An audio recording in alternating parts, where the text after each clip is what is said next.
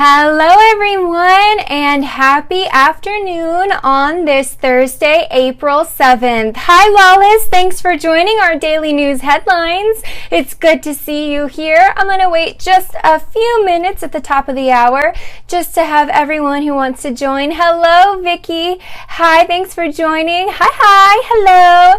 Thanks for joining you guys. If you could invite your followers, share on Facebook and Twitter. On an iOS device, that's just simply swiping right, and on an Android it's swiping up or down. I love to get your feedback on these news stories just like I give you mine. So please invite your followers. If you're not following me, please do. I do this every day. I don't keep you too long, but I'm going to give you the best conversation starters for your lunch with coworkers, your water cooler conversation, your lunch, dinner, whatever it is you might do today. You're going to know what to talk about. All right, guys, let's just dive right on into it so that everybody joining us, they can catch up and go. Exactly. All right, so guys, headline number one. A judge tossed out Kesha's hate crime claims. We're following up from some news we had before against Dr. Luke saying, quote, every rape is not a gender-motivated hate crime. Kesha's legal battle took a huge hit when New York Supreme Court Justice Shirley Kornreich, I believe is how you say her name, tossed out every claim she made against Dr. Luke and Sony Music, except for one, according to The Hollywood Reporter. The judge said, quote, every rape is not a gender-motivated hate crime. That's what she wrote in her denial of Kesha's appeal. The appeal likened Kesha's contract to slavery and asked that the case be considered under New York's, quote, hate crime laws. The judge made an earlier decision to deny Kesha a release from her contract, as we know, and now says some of the discrimination claims either don't fall under her jurisdiction or don't meet the legal requirements to be considered.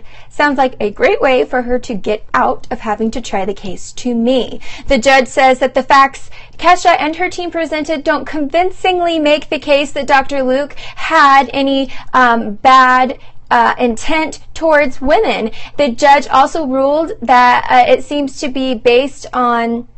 the judge's ruling seems to be based on the lack of physical evidence of property damage. The abuse remarks, Kesha says, were made over a decade-long period and are not admissible as evidence. So they have exceeded their period of time where you can use them in a court of law. Kesha's allegations that Dr. Luke assaulted her on an airplane and raped her in a hotel before 2008 are past the 5-year statute of limitations and therefore cannot, as I mentioned, be considered. So the, quote, claim is time barred, the judge writes. And it looks like for Kesha, she's just still going to be in the middle of this legal battle for a while. However, the judge also writes that, quote, insults about her value as an artist, her looks, and her weight are insufficient to constitute extreme outrageous conduct intolerable in civilized society. This is, as you can imagine, a huge blow in Kesha's legal battle. However, this is what she's doing. She chooses to proceed with her newest attorney. It's going to be interesting that she's saying, okay, I'm just going to get a new attorney. And she has a series of legal battles ahead with this new attorney. I'm sure we'll have updates to follow. Let's move on to headline number 2. This is some worldwide news, and it's actually very interestingly sad and jarring. A 21-year-old in Northern Ireland was sentenced to jail for successfully carrying out a home abortion. A 21-year-old in Northern Ireland has been given a suspended jail sentence for doing this, and it was 2 years ago that she carried out this abortion in her home using drugs she procured on the internet. The woman's housemate reported her abortion to local authorities days after the successful termination. The woman, who has since given birth to a child after this termination, now faces prosecution because Northern Ireland is the only part of the UK where abortion remains illegal. According to The Guardian, the woman pleaded guilty in court on Monday, and her lawyer told Belfast Crown Court that in no other part no other part of the UK would the woman, quote, have found herself before the courts for choosing to terminate her own pregnancy.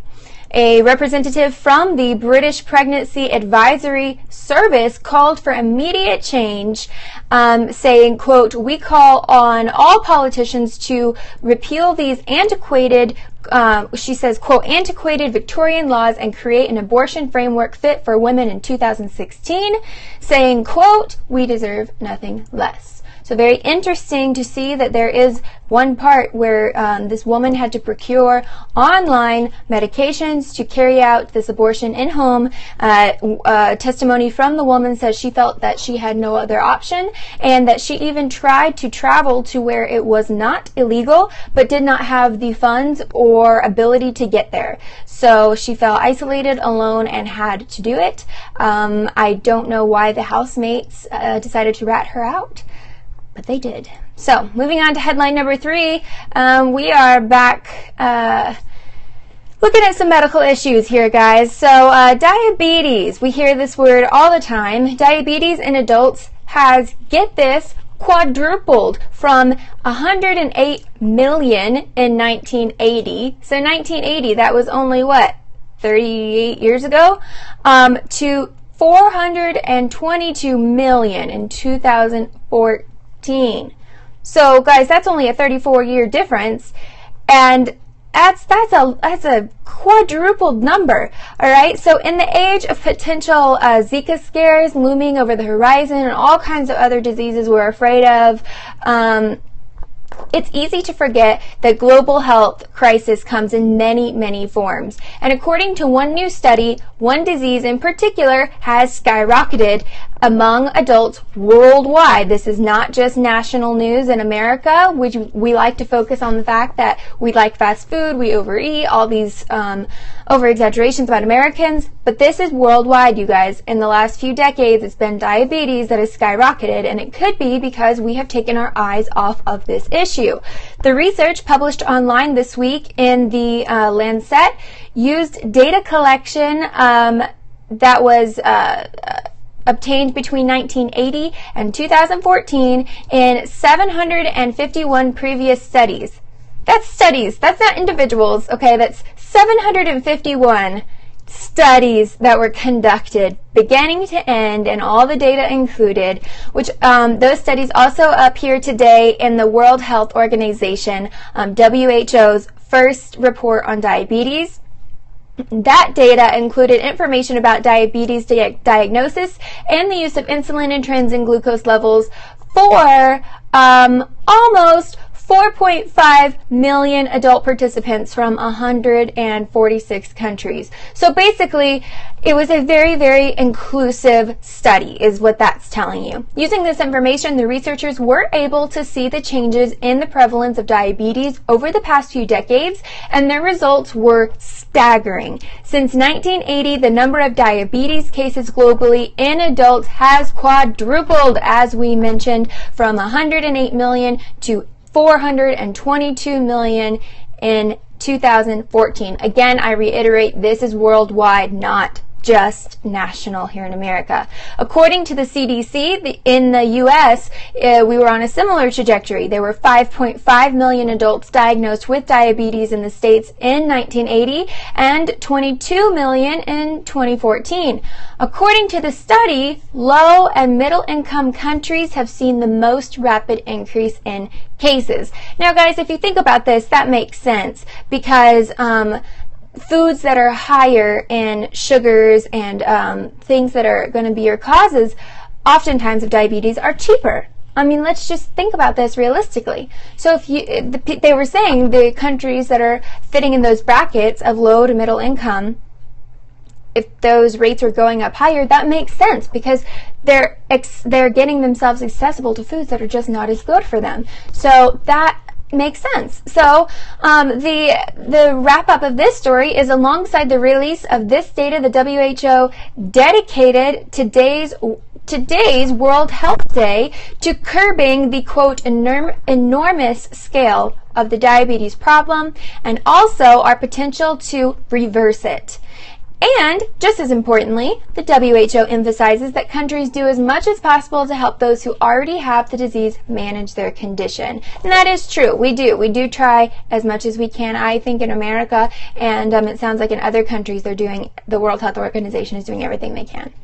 All right, so headline number 4 is an interesting one because I knew there was going to be a follow-up here. This is a follow-up on that story about the Gap ad, the ad that featured the Ellen DeGeneres Ed clothing line with the Gap kids, put them together, and they had that one photo with the child that was not of Caucasian descent, and she was short, so they had an individual, a child that was taller, of Caucasian descent. She just propped her little hand up on her head, and it was cute in the photo, and I really saw it as just kids being cute and kids.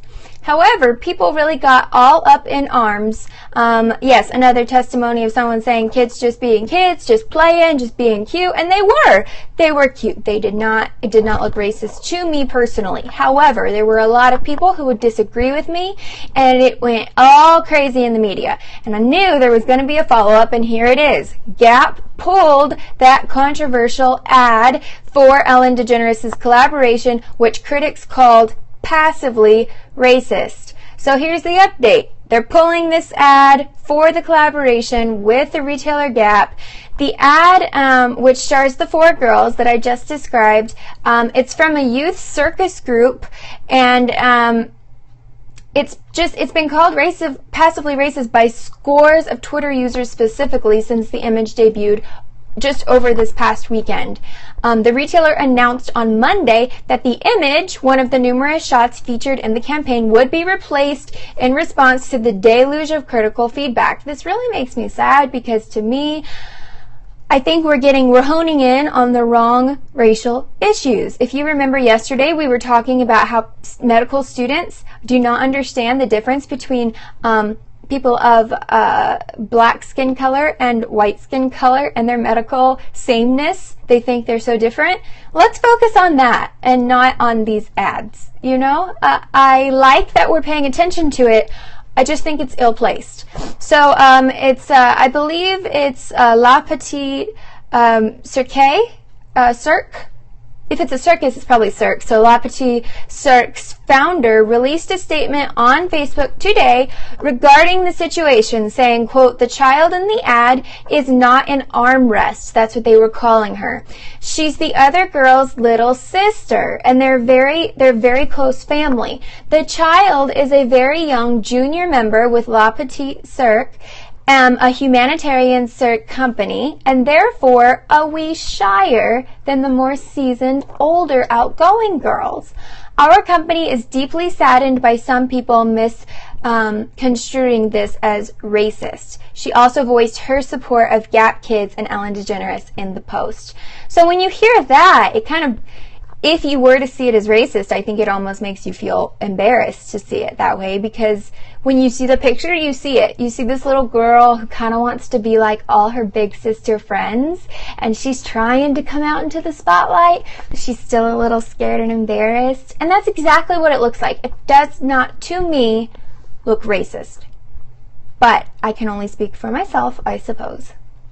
According to ABC News, a Gap spokeswoman publicly issued an apology to all those who were offended by the ad and added, quote, "We are replacing the image with a different shot from the campaign, which encourages girls and boys everywhere to be themselves and feel pride in what makes them unique." Which I do have to say, the whole shoot does that. All the kids are playing, they're doing all kinds of handstands that I've never been able to do a day in my life, but they're active, or they're playing instruments, or one has a camera in the crutch of her arm, and you know, they're doing some awesome stuff. So beyond the uproar of that, it is a great campaign that you guys should definitely look up. So if you do look it up, I'd love to hear your opinion on if you thought that it should have been a racial issue or not.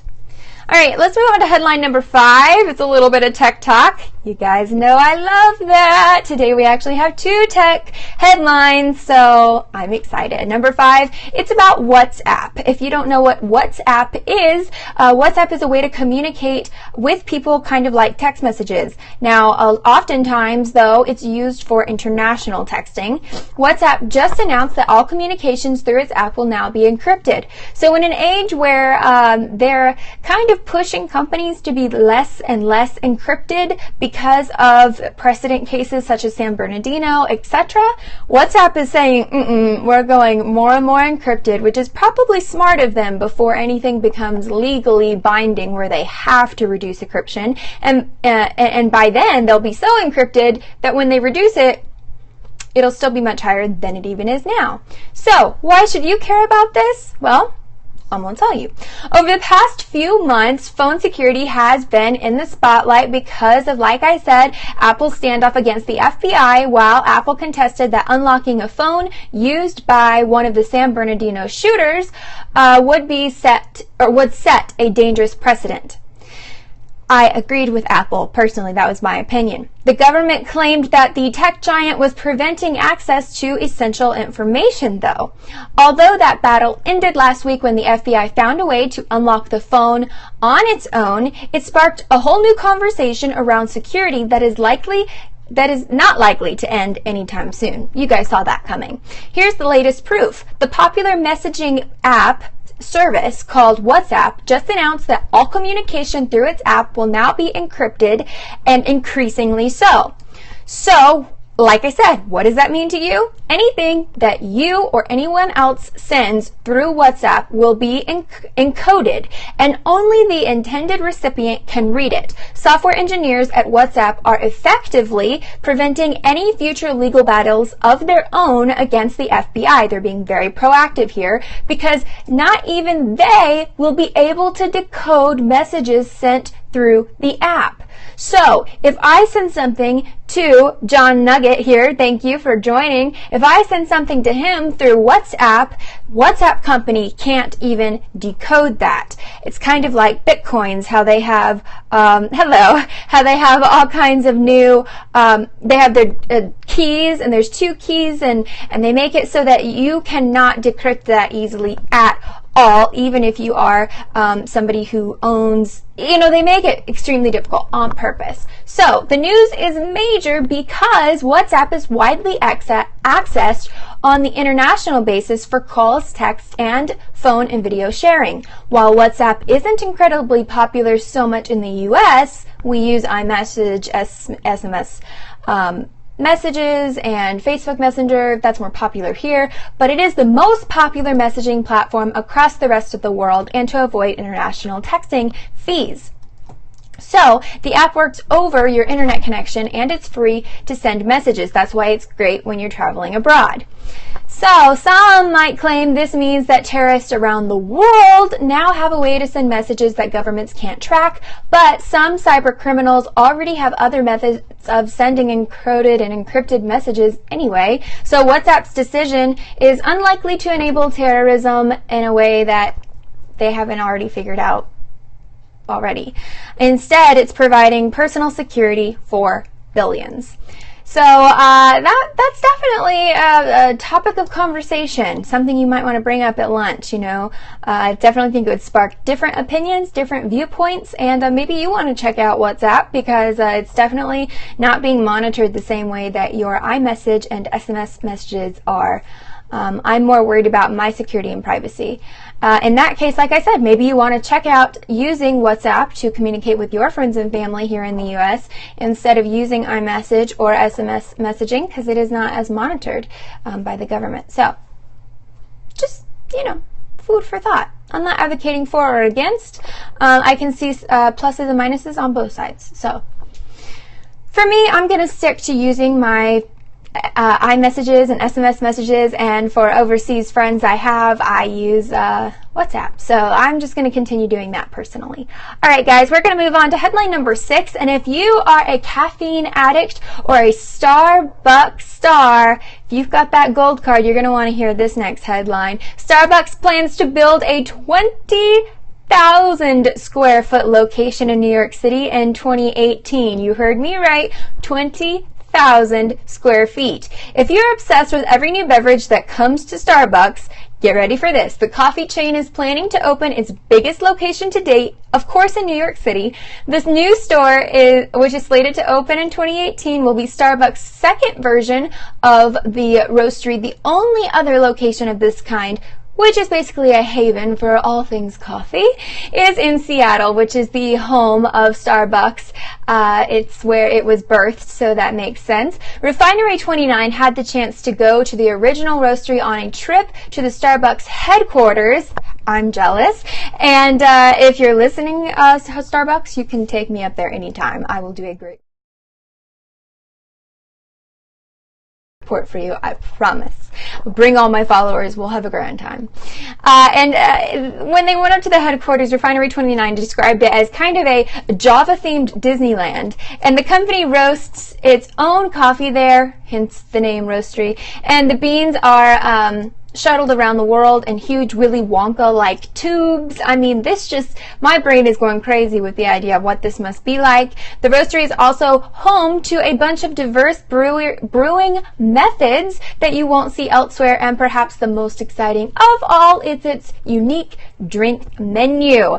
So, if you're ever in Seattle, be sure to check that out. And in 2018, you'll be able to check this out. The plan is to house the 20,000 square foot New York City roastery location inside a brand new building currently under construction in Chelsea, located in Manhattan. So far, details are hush hush. So be ready for surprises in store. Starbucks is really great at surprising us. All right, let's move on to headline number 7. You know, we got to get a little bit of celebrity action in here, you guys. So, Vanessa Hudgens. She is facing some legal battles against in Arizona for defacing a rock formation. It all started out very innocently. The original story I will update you on, but today's update is that she will face legal action over her defacement of a national park billboard.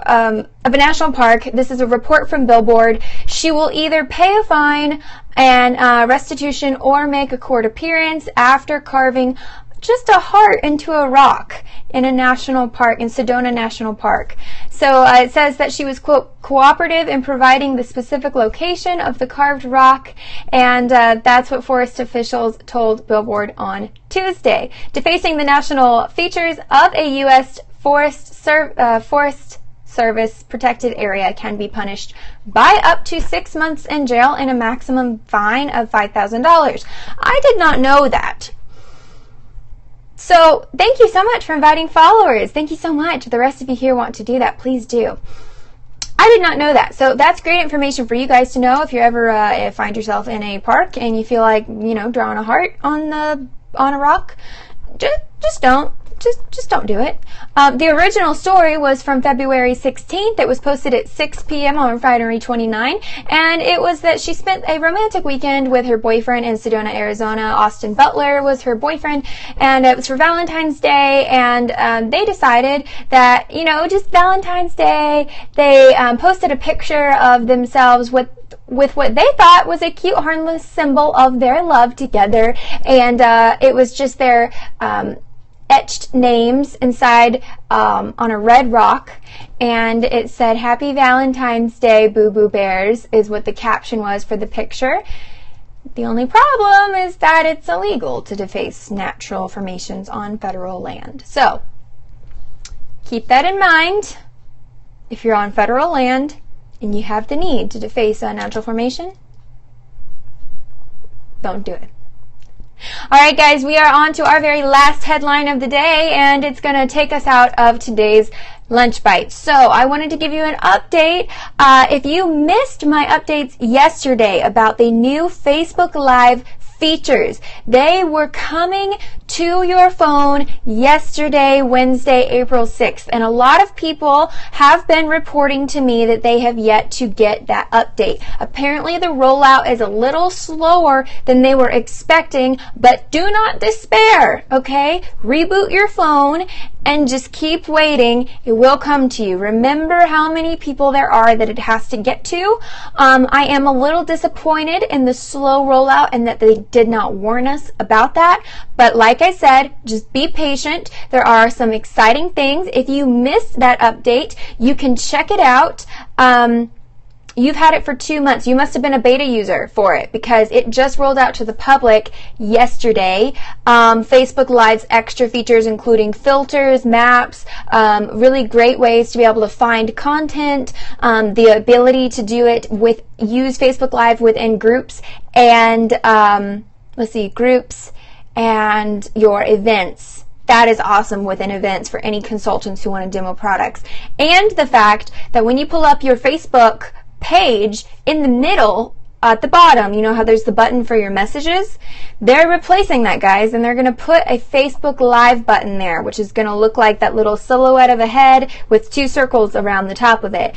I like to get the word out for that because if you're tired in the morning, you're not thinking, and you're like, oh, I needed to send a message to somebody, and you click it, you could start streaming some very, let's just say, interesting things. So, just a forewarning. Make sure you know that that's coming. And the extra used to be optional Facebook Messenger app, no longer optional. So be sure to go download that in preparation for this update. But do not fear. People have been contacting me on Facebook, on Twitter saying, I don't have it yet. Be patient. I'm sorry you don't have it yet. Be patient. It will come. And if it doesn't, we have Mark Zuckerberg to talk to. And we will give him the what for. Okay? Okay? We'll form a little squad. A little scope squad. And we'll talk to him. Okay? Plan? Alright guys, thanks so much for joining me for Thursday, April 7th edition of Lunch Bites. I hope you learned something you did not know before you joined in. Thanks so much for watching. You can check out my more in-depth version of the updates to Facebook Live on my Facebook page. It is facebook.com/Chelsea Roadman PR. So Chelsea Roadman, just like the handle right here on Periscope, and then just PR, like for public relations, at the very end. I would love for you to like my page, and you can find the details there to what's coming since you don't have it yet. I'd love for you to do that. Comment, ask me questions. I'll be happy to answer. All right, guys, tuning off now and signing off now, and I will see you tomorrow for some more Lunch Bites at 11 o'clock Central Time. Bye, guys. You have a great rest of your day. See you later.